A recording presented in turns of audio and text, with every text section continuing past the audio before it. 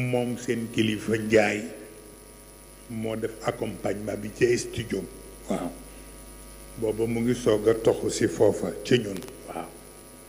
mu ne ma man daal dama am benn xalaat ma ne ko ban xalaat mu ne ma bëggoon nga jàng Taysiir man ma accompagne ko mu ne ma loolu daal am naa ci yaakaar ma ne ko incha allah ba tey jii ngay gis Asfiya bu ñu xëyee suba toujours Taysiir boobu la ñuy jiital teg ko ci seen télévision jël photo Maodo def ko ci écran bi waaw mu mel ni kon nag loolu jar na sant di sant ñëpp nag ci seen taxawaay di bàyyi xel ñëpp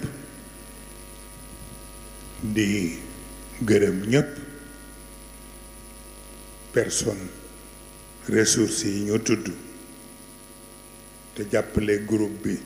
ci seen taxawaay wa tabarakallahu ba ci capitaine waaw wax nañ ma sànq ni ma indi na participation bu MG pour participer ko mu mel ni li ñuy dajale yitteeluñu li ñu yitteel rek mooy pas-pas bi ñu koy defee li ñu yitteel mooy nit ku ne wan la ko jaral lan la te li ma oustaz Cheikh wax ni ma waa femme dévouée mënuñu leen fay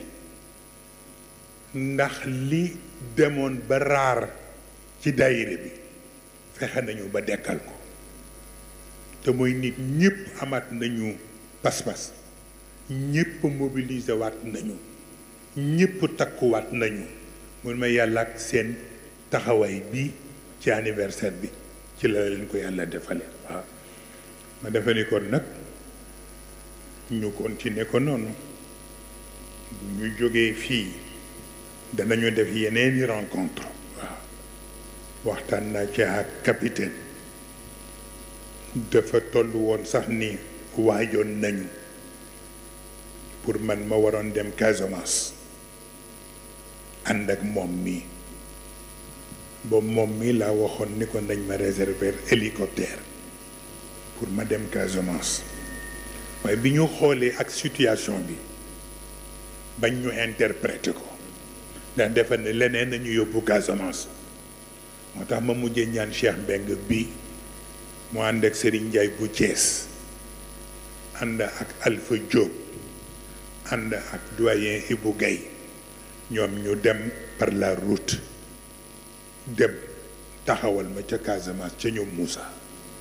wa tabarakallahu ci sutura yàlla nee na léeg-léeg dinañu daw dajeek ay barrage nee na ñuy taxawloo oto bi waaye nee na bu ma wàccee génne sama carte pure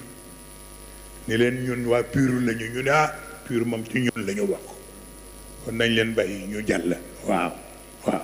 loolu jar na sant yàlla waaw ba keroog ñu yegg Casamance def seen farata waaw ba defee kon nag ñu ngi koy gën a feddali di ñaan yàlla boole ñu ndam bi yàlla boole ñu sutura bi waaw di ñaan sunu mbokk rek Barthélemy Diaz ñu bañ ko nax waaw ñu bañ ko nax waaw ndax it dañu amoon yaakaar ci moom te wax naa fii ci gàmmu gi ñoom Sonko ni leen bu leen ko seetaan ndax ci yàqal ko la ñu jëm waaw tax na kon nag dégg naa sax ku ko laaj ni ko bi ngay jël contact yi lu tax jëluloo contact ak Serigne Moustapha mu ni je n'ai pas accès à lui waaw et je n'ai pas son numéro de téléphone peut-être son fils maanaam capitaine lay wax moom la jota miinanteel waaw waaye miinanteel gi it sorewul waaw ndax genre yóbbante la rek ndax boo jotul ci kilifa te jot ci njabootam war ko mën a yóbbante ca moom waaw boo ko defee kon nag ñoom ñëpp ñu ngi leen di bàyyi xel Xalifa Sall ba ma yégee ni jël na décision pour dem ca seen daja ba ca palais ba yónni naa Cheikh Yumbi ca moom la ma koy wax ma wax ko ko et puis c'est tout parce que bis bu ñu demoon ba mu war a falu waa partem duñ ko fal man mii maa koy fal waaw waaw ba tax na kon nag ku fi jar muy yàq liggéeyam newu fi waaw bu ko defee kon nag ak ñi ci des ñëpp kaddu gaango bu dee gudd na it